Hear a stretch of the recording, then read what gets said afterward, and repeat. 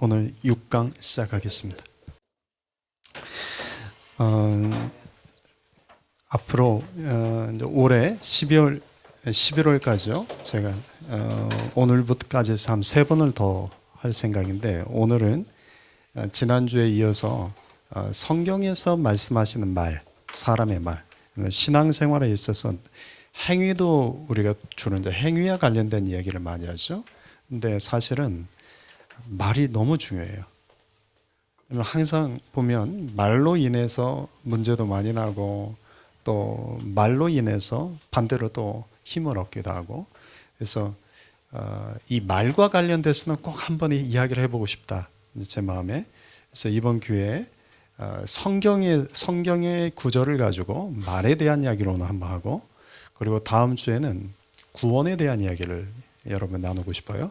구원에 대한 이야기를 한번 나누고, 그리고 그 다음에 마지막 주는 제가 종말론에 대한 이야기를 성경적으로 기본적인 우리의 성도들이 좀 알아야해야 하는 구원론, 종말론에 대한 이야기를 다음 주와 마지막 주로 해서 올해 이 수요 모임을 끝낼 생각이에요. 어쨌든 오늘은 말에 대한 이야기입니다. 제 6강 제목 한번 읽어보시겠어요? 선함을 각한 말. 우리가 지난주에 마지막에 이런 얘기를 했어요. 잠깐만 리뷰합시다. 하나님과 사람의 공통점이 뭐라고 했죠? 네, 주제가 말이니까 하나님과 사람의 공통점은 뭘 한다? 말한다. 근데 하나님과 우리 인간 사이는 서로 말이 통하여 안 통해요? 하나님과 인간 사이 말이 통해요, 안 통해요? 정확히 말하면 통하는 사람도 있고 안 통하는 사람도 있죠. 예? 예, 그러니까 하나님과 원래 인간은 말이 통했어요, 안 통했어요? 그 다음에 사람과 사람 사이도 말이 잘 통했어요, 안 통했어요? 그런데 죄가 들어가면서부터 하나님과 사람 사이에 뭐가 안 통하기 시작해요? 말이 안 통하기 시작한다. 그리고 또 사람과 사람 사이도 똑같이 말이 안 통하기 시작한다. 그러니까 죄가 들어가면서부터 말이 안 통한 관계가 됐단 말이에요. 근데 죄가 들어가기 전에는 하나님과 인간 사이에는 서로 말이 통했고, 또 남편과 아내, 아담과 하와 사이도 말이 아주 잘 통했죠. 우리가 지난 시간에 이 이야기를 했어요. 하나님은 입술의 열매를 창조하십니다. 이사야서 57장 19절 한번 읽어봅시다. 시작.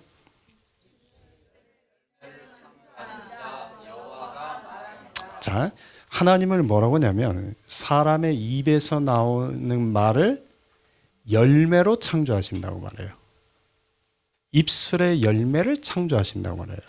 그래서 이 창조하다라는 단어를 히브리어로 빠라라는 단어라고 말씀드렸죠, 지난주에. 우리가 히브리어의 그 어떤 만들다, 영어로 make라는 단어를 뜻하는 단어가 아사라는 단어가 있고, 이것은 create라는 단어에는 빠라라는 단어라고 제가 말씀드렸죠, 지난주에. 이 빠라라는 이 단어, 히브리어 단어는 두 가지 이 경우가 있다고 했죠? 기억하세요? 첫 번째?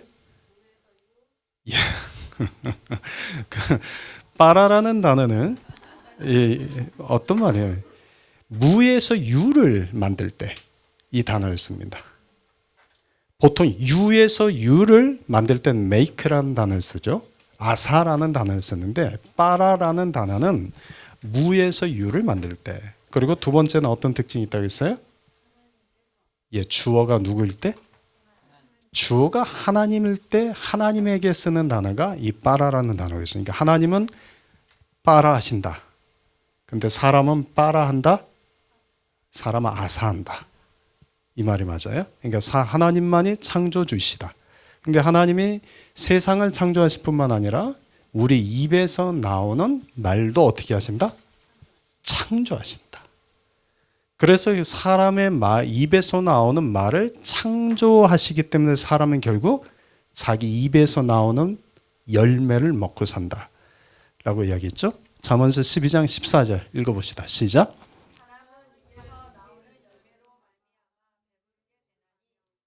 아니요. 잠언서 12장 14절. 위에 거. 자, 잠언서 12장 14절 시작. 입에서 나오는 이 열매를 누가 창조하신다고요? 하나님이 우리 입술에서 나오는 열매를 만드신다고요. 말을 열매가 되게 하시는 거예요. 또 18장 20절 읽어봅시다. 시작.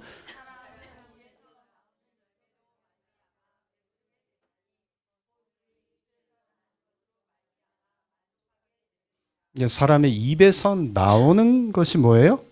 말이잖아요. 그죠? 그 말을 하나님이 뭐가 되게 하신다고요? 열매가 되게 하십니다. 그러니까 사람은 그 열매를 먹는다는 거 말씀드렸죠? 이해가 되세요? 그러니까 사람은 자기 입에서 나오는 열매를 자기가 먹는다고. 지난주에 이 마지막 시간에 말씀드렸죠? 그렇죠? 그러니까 내가 어떤 말을 하냐가 그 열매를 내가 먹고 산다. 제 이야기가 아니고 말씀이 그렇게 말씀하시는 거예요. 자, 오늘은 이제 이 말에 대한 이야기를 좀 해볼까요? 말의 종류. 성경에는 말의 종류가 여러 가지가 나오는데 좀 몇 가지를 좀 정리를 해봤어요. 첫 번째, 말에는 어떤 말이 있나? 치료하는 말이 있다고 그래요. 치료하는 말. 예, 잠언서 12장 18절을 한번 읽어봅시다. 시작.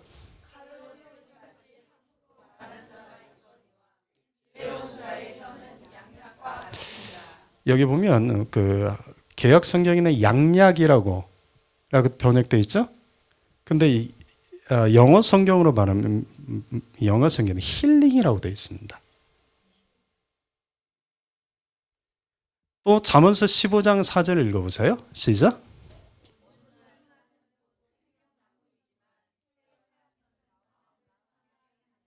여기 또 온순한이라고 번역되어 있죠.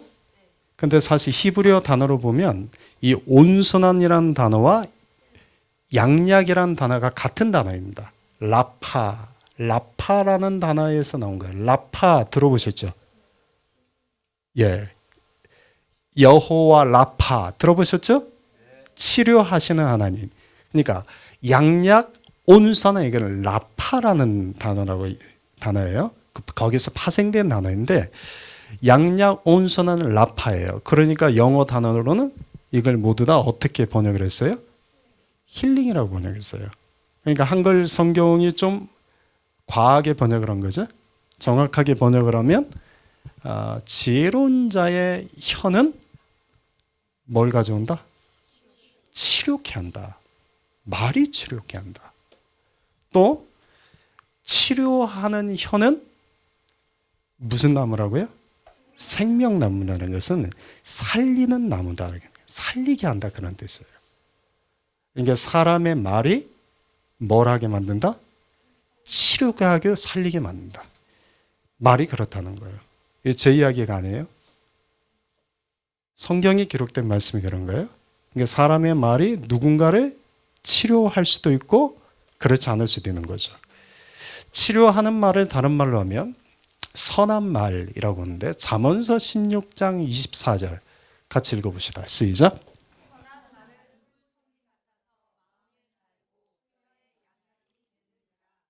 자, 선한 말이 뭐가 돼요? 선한 말이 뭐가 돼요? 이 앞을 보세요. 선한 말이 뭐가 돼요? 예, 양약이 아까 뭐라고 했죠? 라파라고 했죠? 라파? 힐링을 한다는 거예요. 선한 말이 사람을 힐링을 하는 거예요.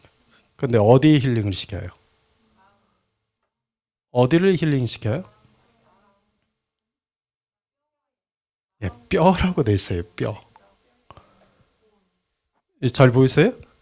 예, 뼈의 양약이 된다. 뼈를 힐링을 시켜요. 선한 말이. 놀랍지 않으세요? 여러분, 말이 뼈를 힐링을 시킨대요. 마음을 힐링을 시킨다고 하면 뭐 그럴 수도 있는데 뼈를 힐링시킨다네요. 말이. 믿고 안 믿고 이제 우리에게 달린 거죠. 말이 뼈를 어떻게 해요? 힐링을 시킨대요.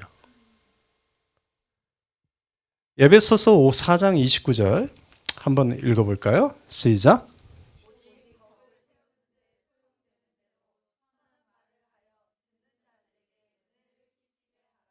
선한 말을 하면 사람들에게 선한 말을 통해서 어떻게 뭘 끼치게 해라? 은혜를 끼치게 해라. 위에는 뼈를, 그 다음에 은혜는 어디에 끼치는 거예요? 은혜는 어디에? 우리 마음이죠. 그죠? 그러니까 선한 말이 우리의 뼈도 힐링을 시키고 선한 말이 우리의 마음도 은혜 있는 마음이 되게 하신다. 그러면 이 선한 말이란 뭘까요? 선한 말은 뭐고 악한 말은 뭘까요? 예, 뭐 다 아는 얘기인데 선한 말은 쉽게 이렇게 이해하시면 돼요. 하나님이 우리에게 하라고 하신 말이 선한 말이에요. 그러나 하나님이 우리에게 하지 말라고 하는 말은 그건 무슨 말이 될까요? 그건 악한 말이 되겠죠. 잠언서 12장 25절 같이 읽어봅시다. 시작. 근심이 사람의 마음에 있으면 그것으로 번뇌하게 되나 선한 말은 그것을 즐겁게 하느니라. 선한 말이 무엇을 즐겁게 해요? 영어는 사람을 취업시킨다고 되어 있어요. 근데 우리 한국말은 뭐라고 되어 있어요? 한국말은 무엇을 즐겁게 해요? 그것이 뭐예요? 사람이 아니죠? 마음이죠. 둘 다 해석이 가능합니다. 둘 다 해석이 가능해요. 그 원어 성경을 보면. 근데 영어 성경은 사람을 취업시킨다고 했고 우리 한글 성경은 사람의 마음을 즐겁게 한다. 뭐가요? 어떤 말이? 선한 말이 우리 마음을 즐겁게 하고 우리 마음을 은혜를 준단 말이에요. 자, 이런 도시표를 본 적 있죠? 저도 여러 번 이야기를 했는데 마음에서부터 뭐가 나와요? 마음에서부터 뭐가 나온다? 생각이 나온다. 그 생각에서부터 뭐가 나온다? 말이 나온다. 그 말을 통해서 뭐가 이루어진다? 행동이 이루어진다. 그 행동이 반복되고 굳어지면 뭐가 된다? 습관이 된다. 그 습관이 내 삶에 굳어지면 뭐가 된다? 나의 인격이 된다. 그 인격이 곧 나의 뭐가 된다? 인생이 된다. 내 라이프가 된다. 자, 그러면 시작은 어디서부터 시작해요? 예? 어디서부터 시작해요? 마음에서부터 시작하죠. 그죠? 그러니까 우리 마음이 어떠냐에 따라서 그 다음에 영향을 쭉 받는 거예요. 자, 보세요. 그러면 우리 마음이 만약에 건강하면 생각은 어떻게 했어요? 건강하겠죠? 마음이 건강하면 생각도 건강하고 말도 건강하고 행동도 건강할 것이고 습관도 건강할 것이고 인격, 라이프가 건강해지겠죠? 근데 우리 마음이 병들어 있으면 예. 그대로 마음이 건강하느냐 마음이 병드냐에 따라서 그 다음 영향은 이어지게 돼 있어요. 내 마음이 건강하면 생각, 말, 행동, 습관, 인격, 인생이 건강하지만 내 마음이 병들면 역시 다 병이 되는 거죠. 그러니 뭐가 중요해요? 마음. 근데 우리 이 마음을 치유하고 우리 마음에 은혜를 주고 우리 마음을 즐겁게 하는 것은 어떤 말이다? 선한 말이라고 했어요. 자, 그렇다면 이제 병들게 하는 말도 있단 말이에요. 병들게 하는 말도 있어요.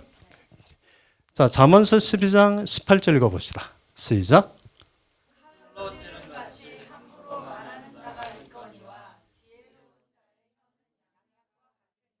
자, 병들게 하는 말 어떤 말이에요? 함부로 말하는 거다. 여러분 함부로 하는 말이 어떤 거죠?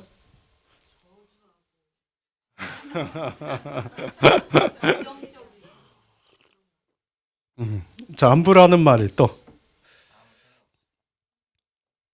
그래서 생각 없이 그냥 내뱉는 말 툭. 아무 생각 없이.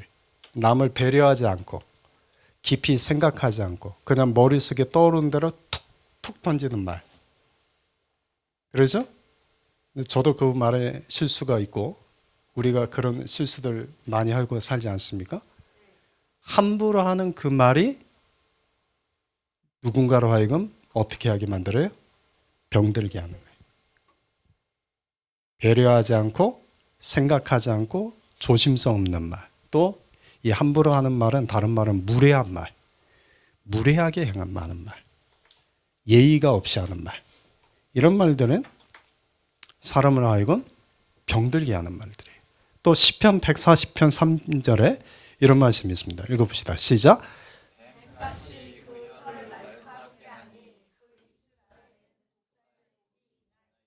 어떤 말입니까? 이 말은? 날카롭게 찌르는 말이에요. 사람을 날카롭게 찌르는 말인데 왜 날카롭게 찌르는 말에는 병들게 해요? 거기에 뭐가 있어요? 독이 있어요. 독사에 독이 있는 것처럼 독이 있어요. 날카롭게. 그러니까 독이 있는 말을 하면 상대방을 어떻게 하게 만들어요? 병들게 만드는 거예요. 또 하나 로마서 3장 13절 14절 읽어봅시다. 시작. 그들의 목구멍은 열린 무덤이요 그 혀로는 속임을 일삼으며 그 입술에는 독사의 독이 있고 그 입에는 저주와 악독이 가득하다. 어떤 말입니까? 이 말은 속이는 말, 저주와 악독이 가득한 말. 이런 말들은 사람을 마음을 상하게 하죠. 그죠? 여러분 누군가 나에게 함부로 말을 하거나 또는 누군가 나에게 날카롭게 찌르는 독이 있는 말 또는 나에게 속이는 말 또 저주와 악독이 가득한 말을 하면 마음이 상합니까? 안 상합니까? 마음이 상하잖아요. 그죠? 마음이 상한다는 것은 다른 말로 마음이 병들어 가는 거죠. 마음이. 그러니까 말은 우리를 선하게 우리 마음을 치유하고 즐겁게 만들 수 있지만 반대로 우리의 말이 우리 마음을 이렇게 병들게 만들 수 있다. 그런 말이죠. 또 성경에 보면 말에는 살리는 말이 있고 죽이는 말이 있다고 말씀하세요. 자, 잠언서 13장 3절 같이 읽어봅시다. 시작.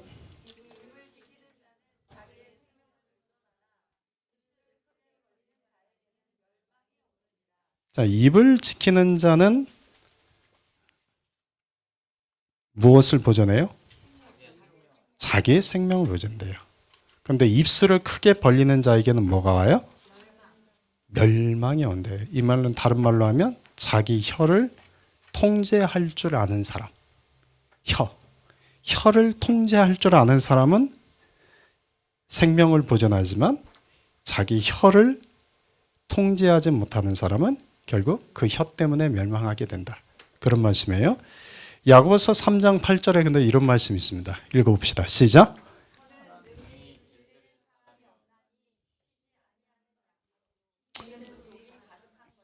자, 혀는 능히 길들일 사람이 있어요, 없어요? 없대요. 그래서 어떻게 하라고 하시는 거예요? 예, 그래서 입을 지키라는 그 말인 거죠. 왜냐하면 혀는 입을 열면 그 혀는 누구도 길들일 사람이 없어서 자꾸 악한 말 한단 말이에요. 그래서 차라리 입을 어떻게 하라고요? 자기 입을 지키라고. 다물고 있으라고. 왜냐하면 사람이 입을 여는 순간 자기 의지와는 상관없이 자기도 모르게 악을 행한다. 왜냐하면 혀를 길들일 사람이 없어서. 그래서 성경은 혀를 길들일 사람이 없다. 대신 뭘 지켜라? 입을 지켜라. 예레미야 9장 8절에 또 이런 말씀을 합니다. 읽어봅시다. 시작.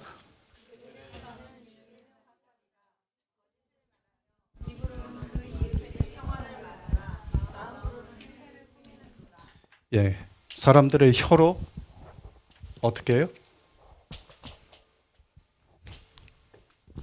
사람들의 혀가 죽이는 화살처럼 거짓을 말하고 또 입으로는 때론 평화를 말하지만 마음으로는 악을 꾸민도다. 사람을 걸려 넘어지게 한도다. 그러니까 사람의 혀가 죽이는 화살이 될 수 있다. 잠언서 18장 21절에 이런 말씀이 있습니다. 그래서 자, 같이 읽읍시다. 시작.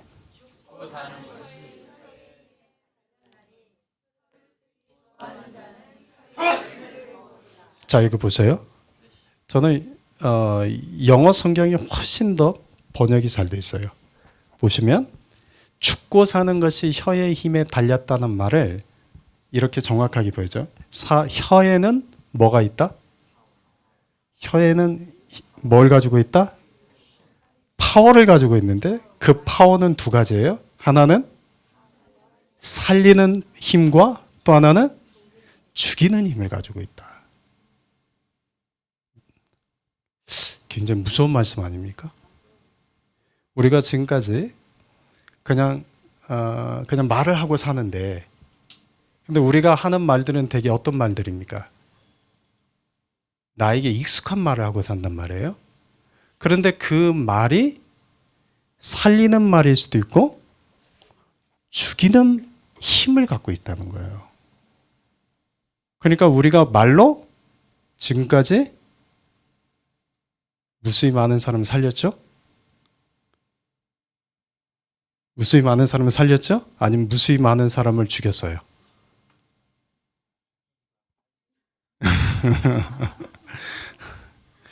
예, 우리가 말이 얼마나 중요한지, 그 말이 사람을 살리기도 하고 죽이기도 합니다. 그러니까 우리가 신앙 공동체 안에서 우리가 이 말로 사람을 살리기도 하고 말로 사람을 죽이기도 하고. 근데 누구도 죽이고 싶어서 죽인 사람 없잖아요. 그러지 않나요? 이걸 몰라서 그런 거 아닐까요? 우리가 말씀에 대한. 내가 지금 내뱉는 이 말이 얼마나 중요한지. 안녕하세요, 장로님. 안녕하세요, 권사님. 예. 자, 그러니까 사람이 그 말이 얼마나 중요한지를 우리가 보게 되는 거죠. 자, 내 혀에서 지금 입을 열어서 내 혀로 사람을 살릴 수도 있고 사람을 죽일 수도 있다. 그 말이 중요하다. 자, 또 성경에 보면 말에는 흥하게 하는 말이 있고 망하게 하는 말이 있습니다. 다른 사람을 흥하게도 만들기도 하고 망하게도 만든다고 그래요. 잠언서 11장 9절 읽어봅시다. 시작.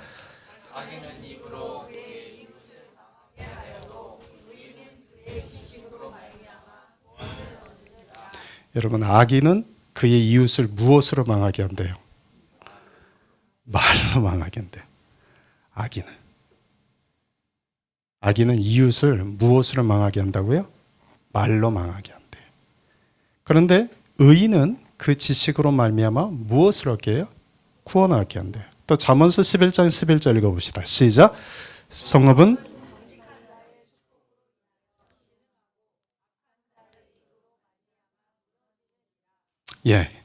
하나의 도시나 성읍이, 마을이, 가정이, 공동체가 무너지게 만드는데 악한 자가 무엇으로?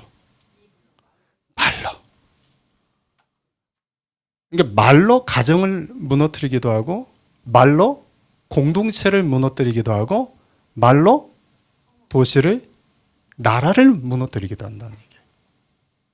근데 우리는 나라를 무너뜨릴 만한 영향력은 없으니까 괜찮지만 우리는 공동체를 무너뜨릴 수도 있고 말로, 내 말이. 또 내 가정을 무너뜨릴 수도 있다는 거예요. 말로. 근데 반대로 그 말로 복되게 만들 수도 있다고. 그러니까 말이 얼마나 중요한지를 성경 우리에게 이렇게 계속 말씀하고 계신단 말이에요. 또 봅시다. 잠언서 10장 10절을 보면 이제는 미련한 자들의 이야기예요. 읽어봅시다. 시작. 자, 입이 미련한 자는 멸망을 부르는 거예요. 멸망이 오게 해요. 미련한 자는. 또 두 번째 잠언서 10장 14절 읽어봅시다. 시작. 보세요. 인바이트 한대요. 초대한대요. 미련한 자는 그 자신의 말로 뭘 초대하고 있어요 지금? 멸망을 초대한다는 거예요. 잠언서도 18장 7절 읽어봅시다. 시작.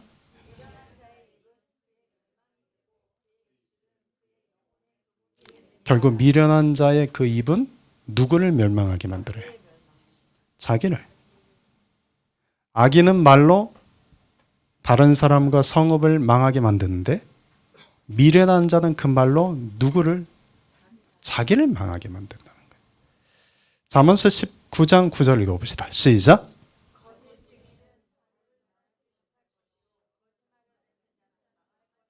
거짓 증인, 거짓말하는 자는 결국 벌을 면치 못하고 망하게 될 것이다. 여러분, 말이 참 너무나 중요하다는 것을 성경은 우리에게 곳곳에 이렇게 심어 놓으셨어요. 말이. 그런데 그럴 수밖에 없죠. 하나님은 말씀하시는 분이잖아요. 그죠? 하나님은 말씀하시는 분이고 우리 역시도 늘 뭐래요? 우리 늘 말하고 살잖아요. 하나님은 쉼없이 우리에게 말씀하고 계시고 우리도 쉼없이 말하는 존재란 말이에요. 그런데 우리의 그 말이 죽일 수도 있고 살릴 수도 있고 흥하게 할 수도 있고 망하게 할 수도 있고 또 치료하게 할 수도 있고 병들게 할 수도 있고 이렇게 중요하다는 것은 성경이 우리에게 말씀합니다. 혀를 다스려야 하는 이유, 그래서 잠언서 18장 21절 다시 한번 읽어봅시다. 시작.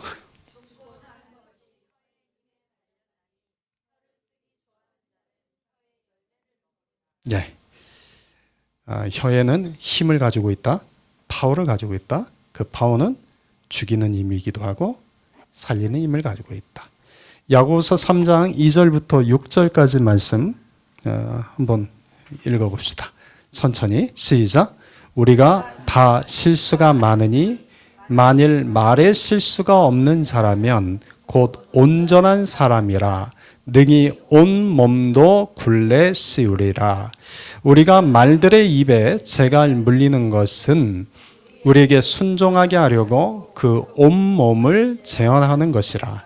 또 배를 보라. 그렇게 크고 광풍에 밀려가는 것들을 지극히 작은 키로서 사공의 뜻대로 운행하나니 이와 같이 혀도 작은 지체로 돼 큰 것을 자랑하도다. 보라, 얼마나 작은 불이 얼마나 많은 나무를 태우는가. 혀는 곧 불이요 불의의 세계라. 혀는 우리 지체 중에서 온몸을 더럽히고 삶의 수레바퀴를 불사르나니 그 사르는 것이 지옥불에서 나느니라. 아멘. 여러분, 야고보서 3장 2절부터 6절까지는 우리가 한번 깊게 좀 묵상해 볼 필요가 있습니다. 특히 6절을 보세요. 우리 지체 중에서 가장 작은 지체가 우리 혀란 말이에요. 그런데 우리를 더럽히는 것이 뭐라고요? 이 혀랍니다. 그리고 또한 그 혀가 우리의 삶의 수레바퀴를, 내 라이프뿐만 아니라 내가 살아가고 있는 모든 삶의 영역을 다 어떻게 한다? 예, 지옥불처럼 살아간다는 거예요. 혀가. 그만큼 혀가 중요하다는 얘기죠. 그냥 우리가 쉽게 그냥 했던 말들이 결코 쉽게 해서는 안 될 말들이라는 것을 말씀하시는 거죠. 성경이 이 말과 관련돼서 한 가지 예를 한번 봅시다. 우리가 잘 아는 얘기입니다. 욥과 그 아내. 욥이 어떤 일을 당했었죠? 욥이 어떤 일을 당했죠? 가장 먼저 무엇을 잃었죠? 아니에요. 가장 먼저 뭘 잃었죠? 재산을 잃었죠. 두 번째 뭘 잃었죠? 자식을 잃었죠. 세 번째 뭘 잃었죠? 건강을 잃었죠. 그러니까 사탄이 가장 처음에는 재산을 잃게 만들고, 두 번째는 자식을 잃게 만들고, 세 번째는 건강을 잃게 만들었어요. 그러니까 다 뺏어간 거예요. 그때 이제 그 아내가 욥에게 이렇게 말을 해요. 그의 아내가 그에게 이르되 당신이 그래도 자기 온전함을 굳게 지키느냐 하나님을 욕하고 죽으라. 이 말을 했어요. 세계 3대 악처가 누군지 알아요? 세계 3대 악처. 네? 네? 이불? 이불. 3대 악처가 누군지 아세요? 놀부 아내가 나와. 자, 3대 악처가 누군지 아세요? 첫 번째, 소크라테스의 와이프 이름 뭔지 아세요? 크산티페. 또 하나. 아니에요. 톨스토이. 소피아랍니다. 세 번째가 욥의 아내예요. 뭐 제가 하는 게 아니고요. 그냥 커먼 센스입니다. 그러니까 세계 3대 악처 중에 하나로 뽑히는 사람이 욥의 아내예요. 소크라테스예요.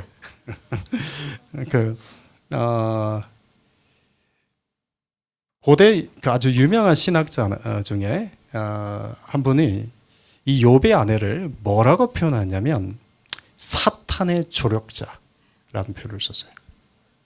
굉장히 참 심한 말이죠. 사탄의 조력자다. 왜냐하면 지금 사탄이 누구를 무너뜨리려고 하고 있어요? 욥을 무너뜨리려고 했는데 지금 그 옆에서 누가 돕고 있는 거예요? 이 아내가 돕고 있는 거예요. 그래서 사탄의 조력자다라는 표현을 썼어요. 그런데 이때 욥은 어떻게 했어요? 2장 10절 같이 읽읍시다. 시작.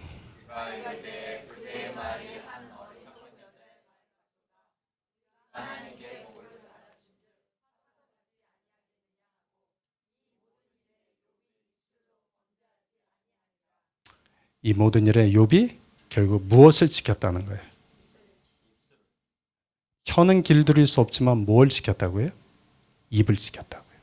그러니까 성경은 우리에게 혀를 길들일 수 없다는 것은 없다고 말씀하잖아요. 그래서 우리에게 뭘 지키라? 입을 지켜라. 욥은 뭘 지켰다? 입을 지켰다. 근데 욥의 아내는 뭘 못 지켰어요? 입을 지키지 못하고 그랬다. 또 성경에 보면 민수기 13장 14장에 보면 이스라엘 백성과 여호수아의 갈렙에 대한 이야기가 나오죠. 40일간 정탐을 마치고 돌아왔을 때 이스라엘 백성들이 뭐라고 말해요? 1절부터 3절까지 우리 남자분들이 한번 읽어보시겠어요? 시작.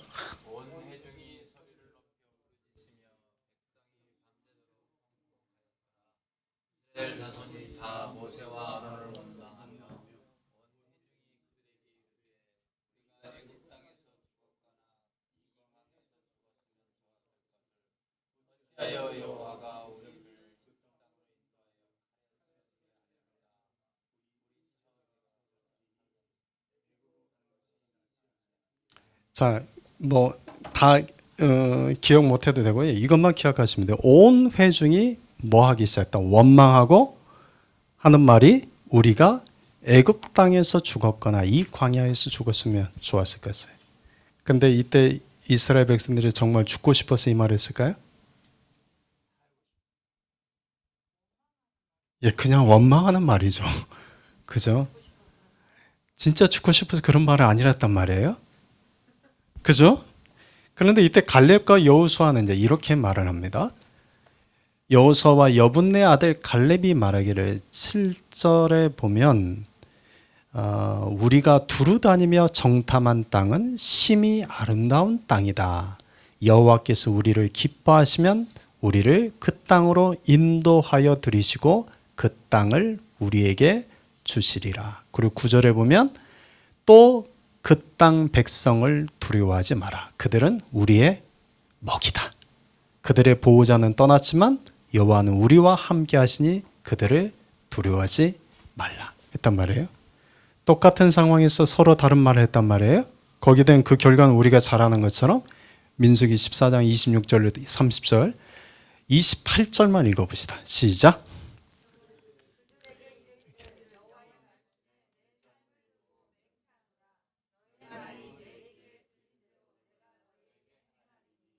예, 너희 말이 내 귀에 들린 대로 내가 너희에게 행할 것이다.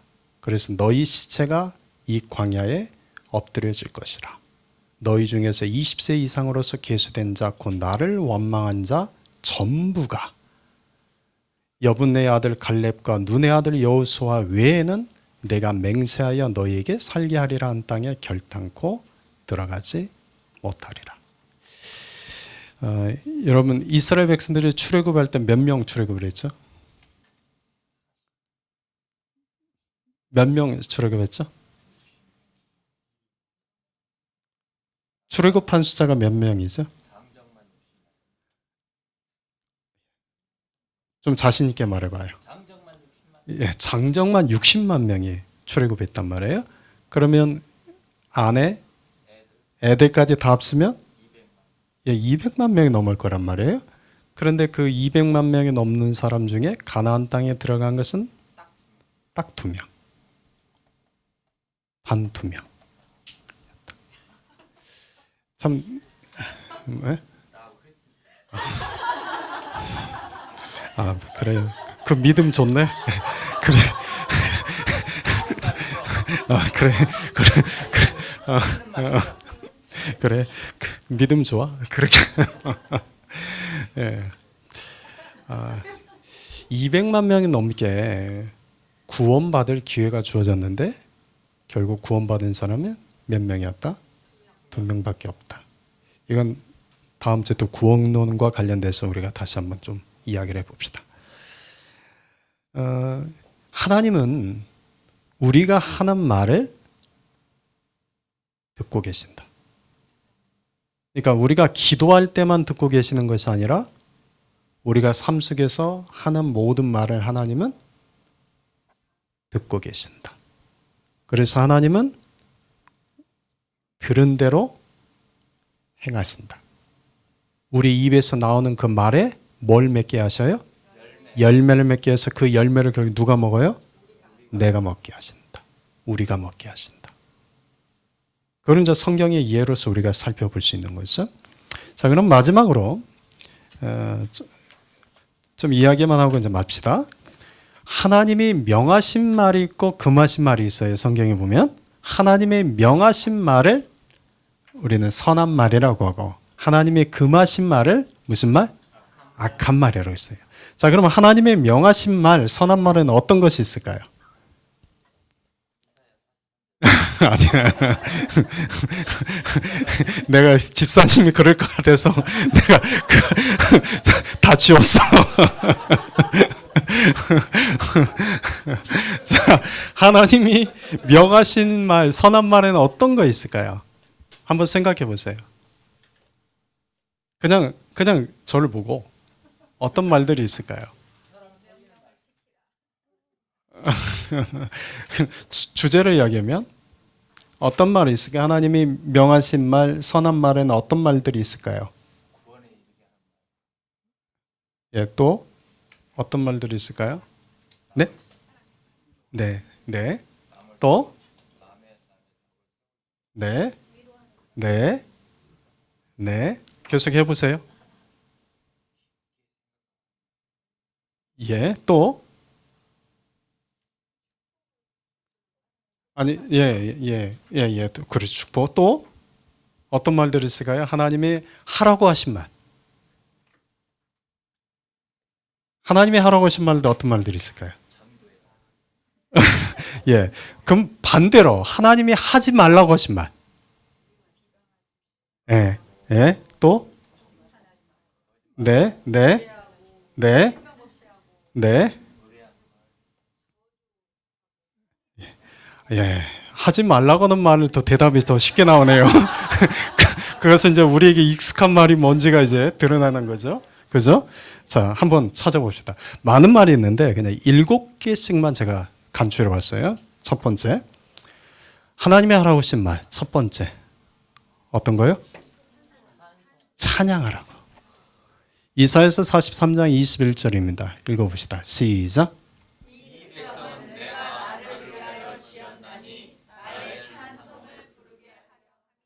예. 누구를? 하나님을 찬양하라고. 찬양하라고. 예. 이 찬양은 언제 하는 거예요? 예, 항상. 왜냐하면 우리를 지으신 목적이 찬양받기 위해서니까. 그러니까 우리가 늘 뭐래요? 찬양을 해요. 찬양. 그러니까 기도가 안 되면 뭐라도 해야 돼요? 찬양이라도 하시면 돼요. 근데 기도는 안 하고 찬양만 하진 마세요. 기도가 안 될 때 그러라는 거니까. 자, 찬양. 두 번째, 기도. 기도하라고 하시죠. 기도에 대한 성경의 말씀, 찬양에 대한 말씀 너무 많아요. 근데 그 중에 그냥 하나씩만 그냥 샘플로 말씀을 보고 갑시다. 예레미야서 33장 2절, 3절 읽어봅시다. 시작.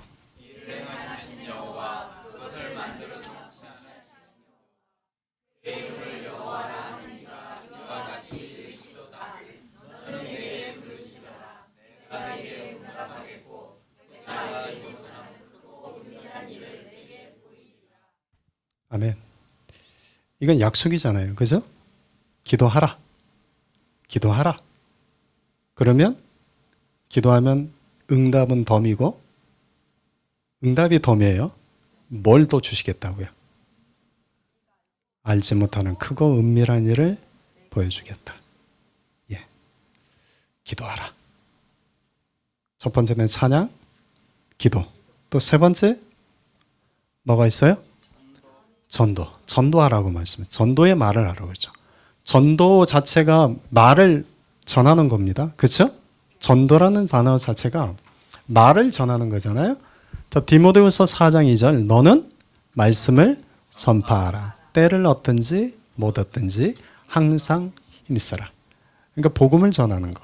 하나님의 말씀을 전하는 거. 그리스도의 사랑을 전하는 것. 이게 전도. 그걸 하라 말씀하셨죠? 또 뭐 하라고 돼 있어요? 축복, 블레싱 하라고. 블레싱 하라고. 민수기 6장 23절부터 27절은 그 제사장들에게 하나님이 주신 명령입니다. 제사장들. 그러니까 구약의 제사장들은 반드시 예배를 드리고 나면 마지막에는 백성들을 향해 손을 들고 이 축도를 했습니다. 오늘 개신교에서는 끝날 때 마지막 축도하는 것과 같아요. 그런데 신약 시대에는 이 제사장이 누구를 의미해요? 우리 모두잖아요. 왕 같은 제사장이잖아요. 우리가 만인 제사장이라고 표현을 하죠. 거창하게 보면 우리 모두 다 제사장이란 말이에요. 그러니까 제사장의 가장 중요한 특권이기도 하고 하나님이 맡겨주신 사명은 뭐예요? 축복이에요. 축복. 한번 같이 읽어볼까요? 시작. 이렇게 축복하여 이르되 여호와는 네게 복을 주시고 너를 지키시기를 원하며 여호와는 그의 얼굴을 내게 비추사 은혜 베푸시기를 원하며 여호와는 그 얼굴을 내게로 향하여 드사 평강 주시기를 원하노라 할지니라 하라. 그들은 이같이 내 이름으로 이스라엘 자손에게 축복할지니 내가 그들에게 복을 주리라. 아멘. 부모가 자식을 위해서 늘 해야 될 것. 기도도 있고 자식을 위해서 축복. 늘 축복하자. 로마서 12장 14절을 보면 심지어 이런 말씀도 하셨어요. 읽어볼까요? 시작. 예, 너희를 핍박하는 자를 축복하라. 원수를 축복하라. 그러면 세상에 축복하지 못할 사람은 없다. 그러니까 세상의 모든 사람을 다 어떻게 하라? 축복하라. 이게 주님의 우리에게 하라고 하신 말씀이에요. 자, 또 다섯 번째 뭐가 있을까요? 칭찬이 있습니다. 잠언서 27장 21절 읽어봅시다. 시작.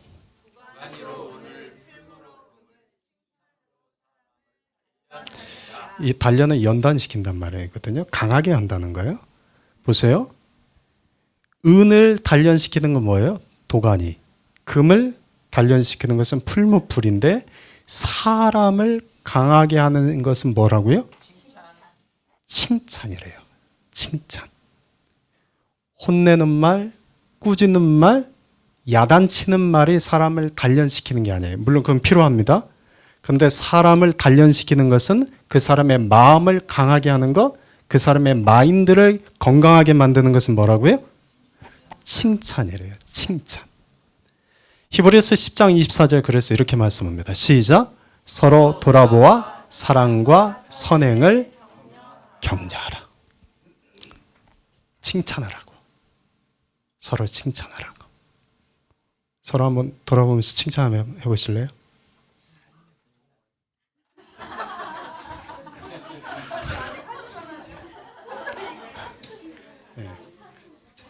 예.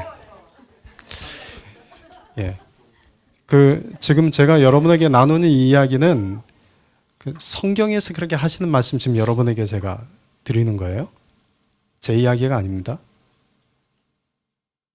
근데 우리는 어떤 하나님 앞에 거룩함이 말씀과 기도 또는 예배만 거룩이라고 생각해요. 그런데 우리의 삶에 정말 중요한 것은 우리 입에서 나오는 그 말의 거룩함이에요. 근데 그 말의 거룩함은 다른 게 아니라 거룩 뭐 그게 거룩이 아니라 칭찬도 거룩이죠. 축복해 주는 것도 거룩이죠. 하나님의 말씀이잖아요. 그죠? 기도해 주는 것도 거룩이지만 칭찬해 주고 축복해 주는 것도 뭐다? 예. 그런데 축복하고 싶을 때가 많아요? 그렇지 않고 싶을 때가 많아요. 칭찬하고 싶을 때가 많아요? 그렇지 않고 싶을 때가 많아요. 예, 그런데 그럴지라도 축복하고 그럴지라도 칭찬하는 거예요. 근데 우리가 칭찬하는 게 너무 인색하죠? 또 나아가서 칭찬하면 받아들이는 것도 어색하죠? 익숙하지 않아서. 그죠? 예. 아무튼 칭찬. 최윤식 집사님 잘생겼네요. 예. 자, 또 어떤 게 있을까요? 자, 교훈과 책망을 하라. 이게 중요해요. 교훈과 책망도 해야 돼요. 칭찬만 해서는 안 돼요. 사람을 칭찬이 잘못하고 있는데도 칭찬하면 돼야 안 돼요. 예, 잘못하고 있는데 칭찬하면 그건 사실은 그 사람을 비웃는 말이기도 하고 그 사람을 잘못되게 만드는 거예요. 자, 교훈과 책망 잠언서 19장 20절 읽어봅시다. 시작.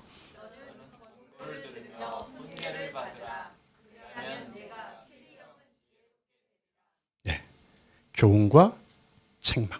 교훈과 책망은 언제 하는 거예요?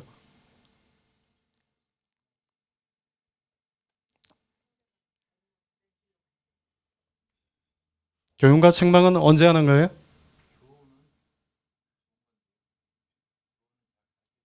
네. 참 우리가 교훈을 주는 것은 쉬운데 문제는 교훈과 책망이 조심는 잔소리가 되는 경우. 또 두 번째는 교훈과 책망이 정죄와 판단의 말이 되는 경우가 있단 말이에요. 잔소리가 되는 경우는 왜 잔소리가 될까요?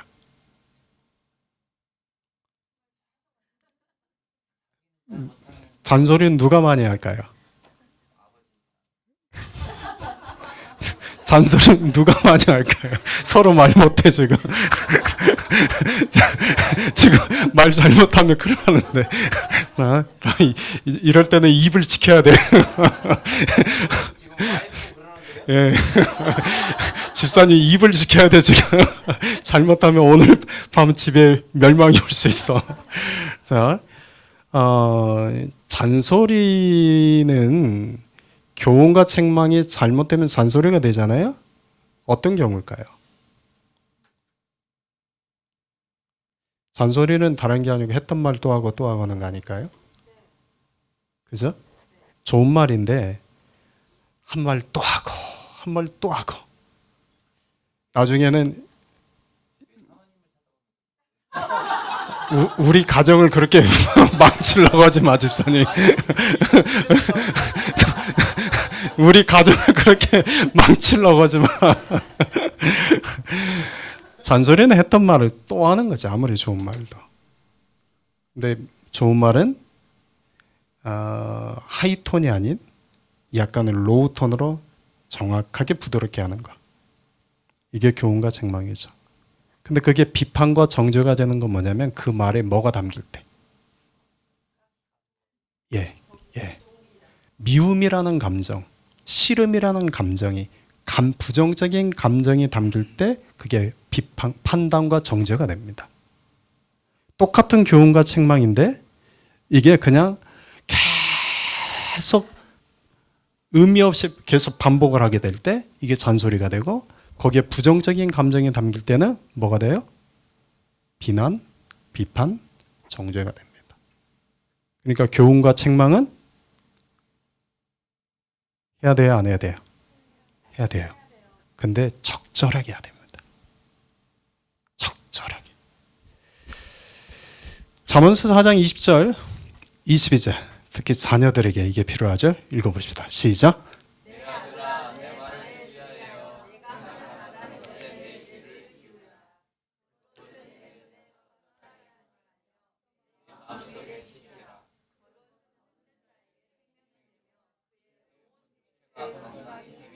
예, 자녀들에게는 교훈과 책망이 필요하죠. 그렇죠? 자녀들에게 사랑을 한다는 것은 교훈과 책망을 하는 거죠. 마지막으로 하나, 감사. 데살로니가전서 5장 18절 읽어봅시다. 시작.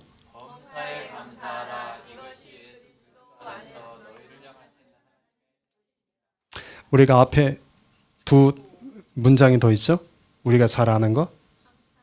항상 기뻐하라, 쉬지 말고 기도하라, 범사에 감사하라죠. 그런데 그리스도 예수 안에서 너희를 향하신 하나님의 뜻을 우리가 이 세 가지로 이야기를 하잖아요. 근데 하나로 축약하면 뭐예요? 범사에 감사하라. 감사하라. 그러니까 우리가 거룩한 말은 기도하는 말, 말씀을 선포하는 것, 이것도 다 거룩하지만 거룩한 말은 감사하는 말도 거룩한 말이요. 또 칭찬하는 것도 축복하는 것도 거룩한 말이다. 감사합시다. 자, 마지막으로 하나님의 금하신 말을 그럼 또 한번 봅시다. 빨리 넣어봅시다. 첫 번째, 하나님의 금하신 말 뭐예요? 욕. 마태복음 5장 22절 읽어봅시다. 시작.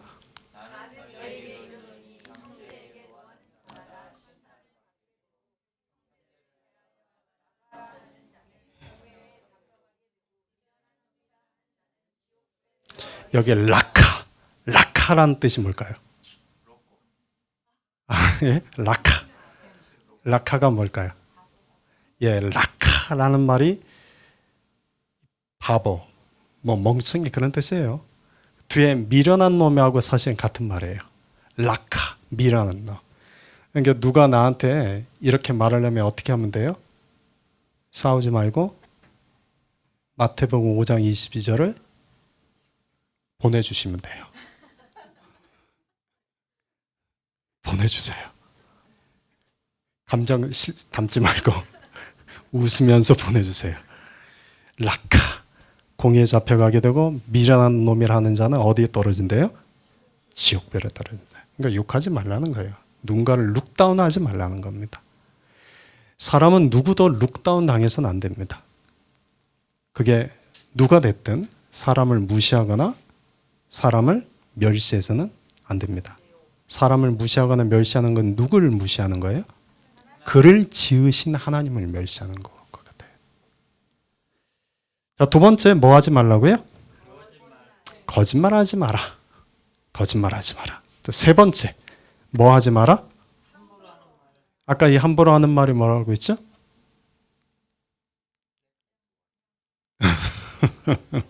예. 네. 자, 함부로 하는 말이 어떤 말이라고 했어? 예, 생각 없이 생각 없이 그냥 하는 말, 배려하지 못하는 말, 생각 없이 무례하게 하는 말, 생각 없이 예의 없이 하는 말이라고 했죠. 자, 네 번째 어떤 말을 하지 말라고 되어 있어요? 자, 야고보서 4장 11절 읽어봅시다. 시작. 형제들아 서로 비방하지 말라.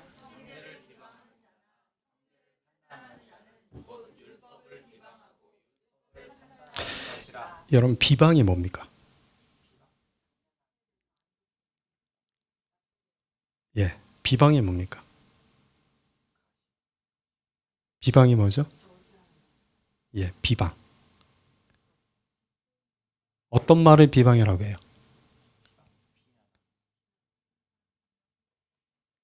비방과 비난은 같아요, 달라요? 다르죠? 그럼 비방과 비난의 차이는 뭐예요?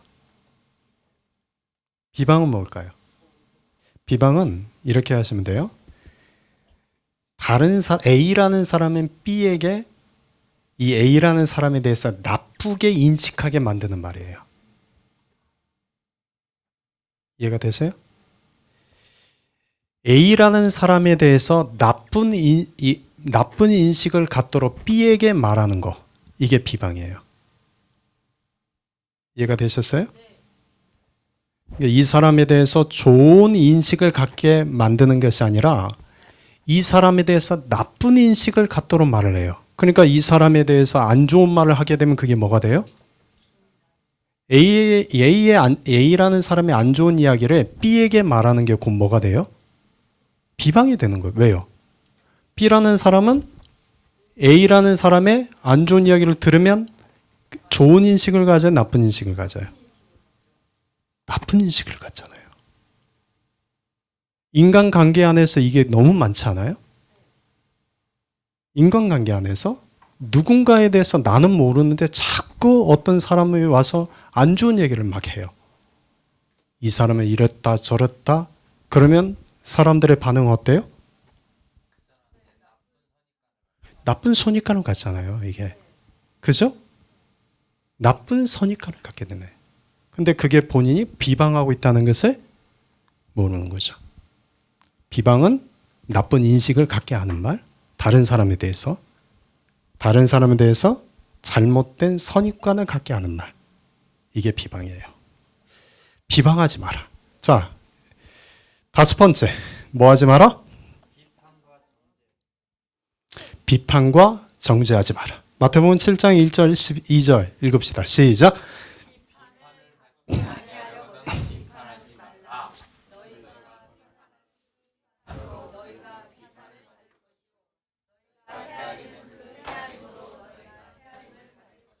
예, 여기에는 이 비판과 정죄는 교훈과 책망과 차이는 뭐라고 했죠?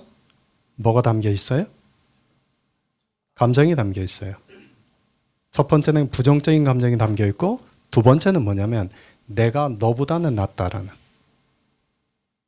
일종의 우월감, 도덕적 우월감, 내지는 신앙적 우월감이 담겨 있는 거죠. 비판과 정죄하지 마라. 비판하고 정죄하는 자는 결국 자기가 뭘 받는다? 그대로 비판을 받고 정죄를 받는다. 자, 또 여섯 번째, 뭐 하지 마라? 저주하지 마라. 저주하지 마라. 우리는 뭐 하라고 했어요 아까? 축복하라고 했죠.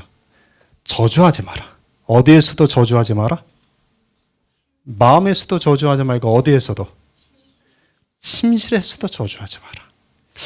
옛날에는 침실에서 저주를 많이 했던 것 같아요. 그러니까 이렇게 말씀하셨겠죠.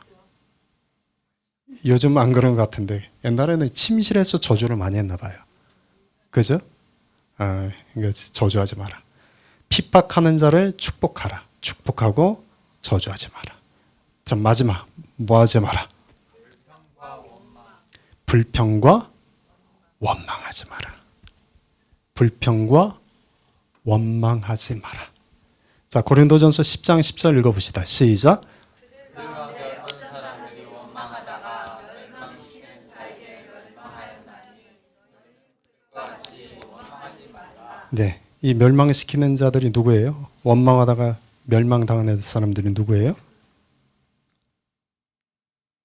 이 어떤 사람들이 원망하다가 멸망당했대요. 누구예요?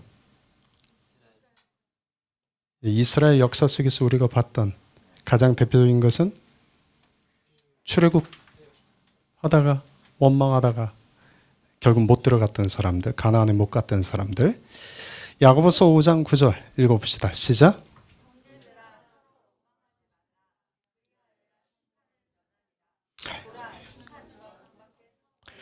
예, 원망이 심판을 받을 수 있는 말이라고까지 하시네요. 참 무서운 얘기죠. 우리가 이 원망을 너무나 쉽게 하는데, 근데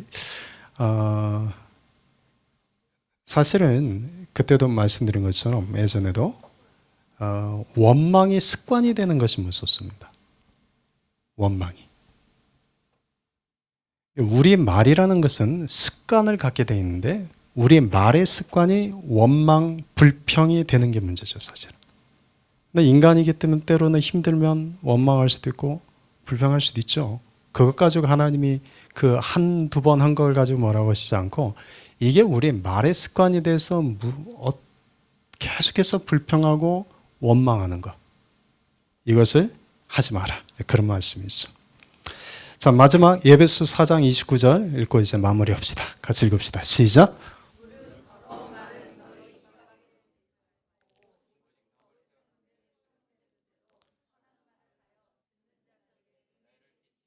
자, 더러운 말은 하나님이 하지 말라는 말, 선한 말은 하나님이 하라고 하시는 말. 예, 성경에 보면 이런 말들의 이야기가 너무 많습니다. 오늘은 제가 7가지씩만 정리했는데요.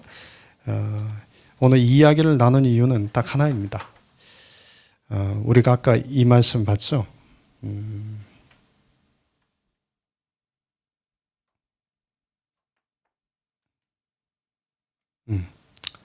자, 잠언서 18장 21절. 죽고 사는 것이 혀의 힘에 달렸다. 그러니까 우리의 혀는 힘을 갖고 있는데 이 힘은 어떤 힘? 죽이는 힘, 살리는 힘이 있다. 자, 저는 우리 공동체가 좀 좋은 말의 습관을 가졌으면 좋겠습니다. 예, 오늘은 이 정도로 마무리하고요. 다음 주에는 구원론에 대해서 그리고 마지막 주에는 종말론에 대해서 이야기하고 우리 이 집회를 마무리하려고 합니다. 자, 혹시 질문 있으십니까? 질문 있나요? 자, 그럼 우리 같이 기도하고 마칩시다.